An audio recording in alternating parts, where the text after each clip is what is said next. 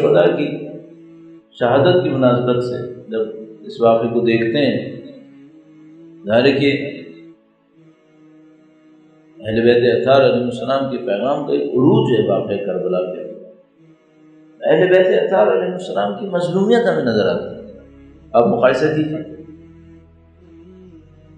11 ہجرہ میں جب امیر المومنین کے مقدس گھرانے کے اوپر حملہ ہوا ہے، کتنے لوگ ساتھ دینے والے؟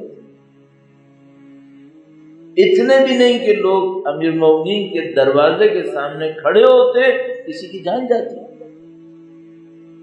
کبھی اس بات کو سوچیے، مظلومیت کا کیا عالم ہے کہ جس گھر کے سامنے اللہ کے نبی کھڑے ہو کر 6 مہینے تک کہتے رہے السلام علیکم یا اہل بیت النبوہ، اس گھر پہ حملہ ہوا اور کوئی شہید نہیں ہوا، کسی نے دفاع نہیں کیا، تو کتنے ساتھ دینے والے رہے ہوں گے، کتنے امام کے چاہنے والے اس موقع پر ہوں گے کہ جن کے ہوتے ہوئے یہ سب کچھ انجام پا گیا۔ بہرحال تعداد انتہائی کم ہو۔ یہ 11 ہجرہ کا واقعہ ہے۔ جب آپ 61 ہجرہ تک آتے ہیں، اب امام وقت کا ساتھ دینے والے کتنے ہیں؟ بہت کم تعداد۔ مختلف محققین مختلف تعداد کو بیان کر رہے ہیں اور مختلف انداز میں عدد کو بیان کیا جاتا ہے، لیکن بہرحال ہم سب جانتے ہیں اچھی طریقے سے کہ تعداد انتہائی کم ہے، معاشرے کا 1% بھی نہیں ہے۔ 11 ہجرہ میں گھر پہ حملہ ہوتا ہے، تعداد اتنی نہیں ہے کہ 4 لوگ وہاں پر دفاع میں شہید ہو جاتے۔ 61 ہجرہ تک بات آتی ہے، اہل بیت کی مظلومیت کا وہ عالم ہے کہ ایک ایک واقعہ مصائب بن گیا۔ کربلا سے پہلے کے واقعات، کربلا کے بعد کے واقعات، تمام واقعات سے نکل کر مصائب کی داستان بن گئے، اور نصرت کرنے والے لوگ نہیں۔ اور اس کے بعد جو مظلومیت کا سلسلہ شروع ہوا، تو مظلومیت بتانے کے لیے اتنا ہی کافی ہے کہ یہ واحد نبی ہے جس کی 11 نسلیں شہید ہوئی۔ ایک نبی کی یک بعد دیگر 11 نسلیں شہید ہو گئیں۔ کس انتظار میں؟ کہ لوگ ساتھ دیں، لوگ آئیں، نصرت کریں۔ ہم سب کو معلوم 200 سال کی تاریخ لگی، تقریباً 250 سال کی تاریخ لگی، ایک کے بعد ایک امام معصوم کردار میں عظمت، علم، تقوی، پرہیزگاری کے اندر انسانیت کی معراج، لیکن شہید ہوتے رہے۔ مظلومیت کی انتہا ہے کہ امام مظلوم سالوں زندان میں ہوں، ہزاروں اگر نہ کہوں لاکھوں چاہنے والے باہر ہوں اور اپنے امام کو زندان سے نہیں نکال سکتے۔ یہ مظلومیت نہیں، اس کو ہم لوگ وہ کہتے ہیں جس کو عربی میں فارسی میں غربت کہتے ہیں۔ یہ غربت ایک طرف سے دیکھیں، مثلا حتیٰ اس موقع کے اوپر جب امام مظلوم اس مظلومیت کے عالم میں زندان بغداد کے اندر تھے، سالوں وہاں تشریف فرما رہے، اس وقت اہل بیت اطہار کے چاہنے والے معاشرے کے اندر کتنے ہوں گے؟ تو عزیزان محترم، میں آپ کو بہت اطمینان سے کہہ سکتا ہوں کہ جس موقع پہ مولا سعد نے امام زندان کے اندر تھے، کم از کم 2 لاکھ اہل بیت کے چاہنے والے صرف کوفہ میں تھے۔ تو کوفہ سے بغداد کتنی دور کا راستہ ہے؟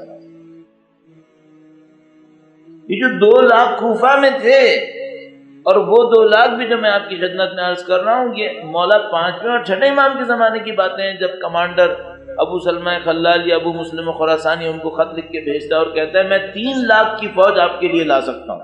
3 لاکھ، جن کے والد گرامی کو ایک فوجی کمانڈر لکھ کے بھیجتا ہے کہ میں 3 لاکھ کی فوج آپ کے لیے لا سکتا ہوں، اس دعوے کا کھوکھلا پن اس سے ثابت ہے کہ ان کے فرزند جیل میں گئے تو وہ 3 لاکھ کہاں تھے؟ 3 لاکھ تو بہت بڑی تعداد آج کے زمانے میں ہوتی ہے۔ آج کے زمانے میں اگر 3 لاکھ لوگ آپ کسی بھی زندان کے سامنے کھڑا کر دیں تو وہ زندان کے دروازے کھول جائیں گے۔ اس زمانے میں تو 3 لاکھ بہت بڑا ہجوم تھا۔ یہ مظلومیت ہے۔ اور یہ جو 150 ہجرہ میں 150 ہجرہ سے پہلے در حقیقت کہہ رہا ہے کہ میں 3 لاکھ افراد آپ کے لیے لا سکتا ہوں، امام کی مظلومیت یہ ہے کہ کچھ ہی عرصے کے بعد ان کے فرزند غیبت میں جاتے ہیں. اور کیوں غیبت میں جاتے ہیں؟ چونکہ اوان و انصار نہیں ہے. یہاں پہ ایک سوال سمجھ میں آتا ہے کہ بھئی یہ جو اتنے لاکھ افراد دعوے دار تھے اور اس کے بعد امام کے چاہنے والے اتنے ڈھیر سارے تھے، اور پھر امام کبھی زندان میں کبھی سامرہ میں قید ہیں، اور یہاں تک کہ آخری فرزند غیبت کے اندر جاتے ہیں، وہ آوان و انصار کون سے ہیں جن کے نہ ہونے سے امام غیبت میں گئے؟ اتنے تو چاہنے والے تھے. وہ 3 لاکھ تو وہ کمانڈر دعویٰ کر رہا ہے کہ میں 3 لاکھ فوجی لا سکتا ہوں آپ کے لیے. عام آدمی اور فوجی میں تو بہت فرق ہوتا ہے. وہ 3 لاکھ فوجی لا رہا تھا اور امام کو غیبت میں جانا پڑا چونکہ اوان و انصار نہیں تھے. تو آپ اور میں فوراً اپنے آپ سے ایک سوال کرتے ہیں، وہ اوان و انصار کون ہوتے ہیں؟ اور یہ وہ سوال ہے جو میرے اور آپ کے لیے ایک ذمہ داری ایجاد کرتا ہے، ایک ذمہ داری لے کر آتا ہے.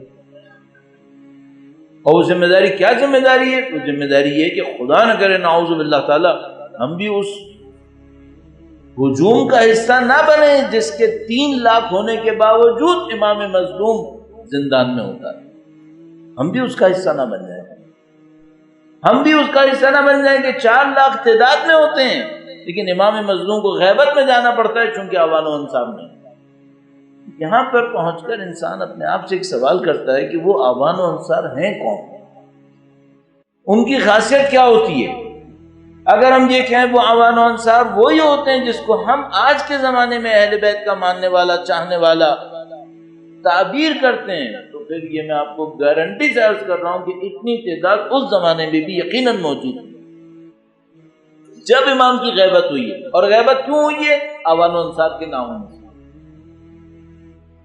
اور یہ وہ چیزیں جو کربلا سے ہمارے سامنے بہت واضح ہیں. اللہم عجل ولیک الفرج